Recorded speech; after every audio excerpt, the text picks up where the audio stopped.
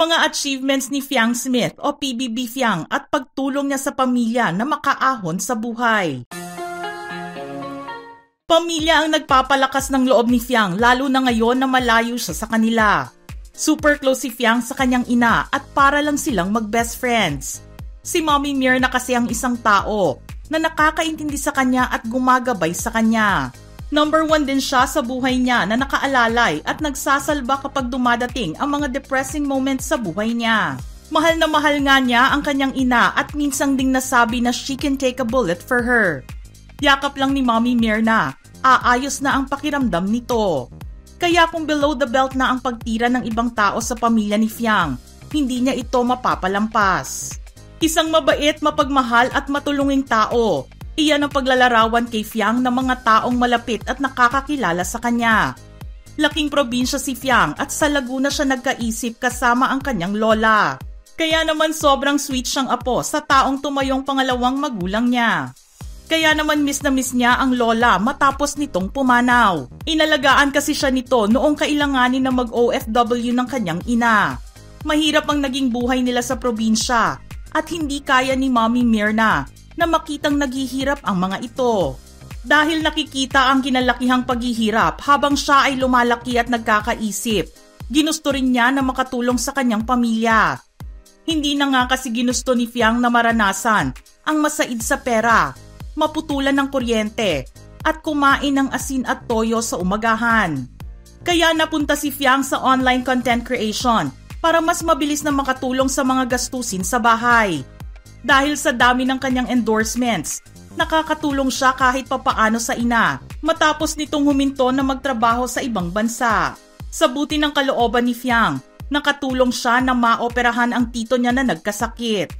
At kahit ma-zero balance siya sa kanyang ipon, hindi ito magiging mabigat sa kanya dahil aanhin naman daw niya ang pera kung hindi niya maisasalba ang buhay ng isang tao na malapit sa kanya. Balak din niyang kunin sa probinsya ang pinsan niya at akuin ang pagpapaaral dito. Aminado si Fiang na ikinagulat niya ang bilis ng paglaki ng kanyang following sa TikTok na siyang nakatulong sa kanyang pamilya. Unti-unti nitong natutupad ang mga pangarap at sa edad na 17, nagkaroon siya ng bagong kotse. Isa rin siyang adventurous girl na mahilig magmotor. Nagmamay-ari siya ng isang matte black Yamaha Sniper 155 Fi na ipinakita niya sa kanyang social media. At bilang pasasalamat sa inang sobra ang pag-aalaga sa kanya at pagsasakripisyo sa kanilang pamilya, niregaluhan niya si Mommy Myrna ng isang Louis Vuitton handbag noong nakakaluwag-luwag na ito. Pero sa kabila ng lahat ng pinagdaanan sa buhay, hindi pinabayaan ni Fiang ang kanyang pag-aaral. Masaya siyang nakapagtapos ng junior high school sa St. Anthony of Makati Montessori noong 2023. Minsan din siyang nakitang nakasuot ng lanyard ng Don Bosco Mandaluyong. Isang netizen naman ang nag-upload ng video na magpapakita kay Fiang sa Lyceum of Alabang habang naghihintay na makumpleto ang enrollment nito. Ngayon ay nararamdaman ni Fiang ang magkaroon ng isang buong pamilya.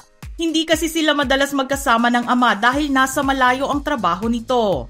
Thankful si Fiang na madalas ang pag-uwi nito sa Pilipinas dahil nakakapag-spend sila ng quality time kasama ang kanyang kapatid na si Hayden. Kaya espesyal ang debut ni Fiang noong May 14. At tumatak sa puso at isip niya ang iniwang mensahe ng ama.